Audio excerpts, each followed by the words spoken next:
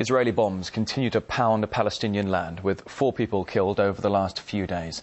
The latest unrest saw an exchange of rockets early Saturday morning, though no injuries have been reported.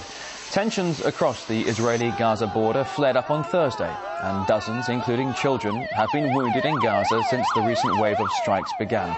It's one of the major reasons, alongside a massive unemployment rate, that people are fleeing Palestine in search of work and a new life.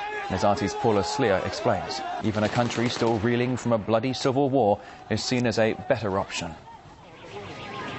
Here is where Gaza's desperate and unemployed gather.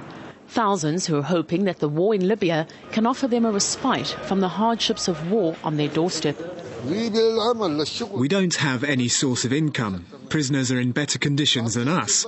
That's why people want to run away from here. The queues here are long and full of hope. I'm happy to do any type of work there. It doesn't make a difference, just to get some income so my children can survive. The United Nations puts unemployment in Gaza at 45%. 2 in 3 Gazans live in poverty. And every year, the Ministry of Labour says another 30,000 people join the ranks of jobless. Ever since Israel imposed a siege on Gaza nearly 5 years ago, the private sector has all but ground to a halt. The economy in Gaza is dependent on Israel. It's the way Israel set it up. All the materials we need for industry and construction have to come from Israel through the Israeli ports and airports. We have no direct relationship with the outside world. Before the Palestinian uprising in 2000, tens of thousands of Gazans worked in Israel. They'd passed through here, Erez, the largest border crossing between Israel and Gaza. But as you can see, now only a handful of people trickle through each day. Nail al-Kashawi was a painter and would earn about $30 American a day, enough for his family to survive on. But in the last 7 years, he can't cross the border. And with no work this side, his children often go to bed hungry.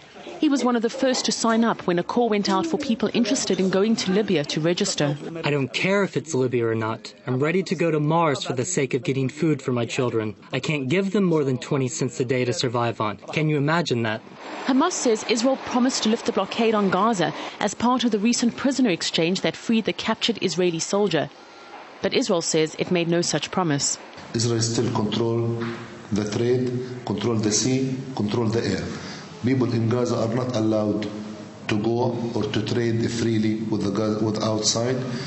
Israel is the main cause, the main reason for the siege in Gaza. And Israel government did not deny that. Israel says the siege is for security reasons and is afraid materials like cement and steel could be used to build weapons and military fortifications. Paula Slier, RT, on the Israel-Gaza border.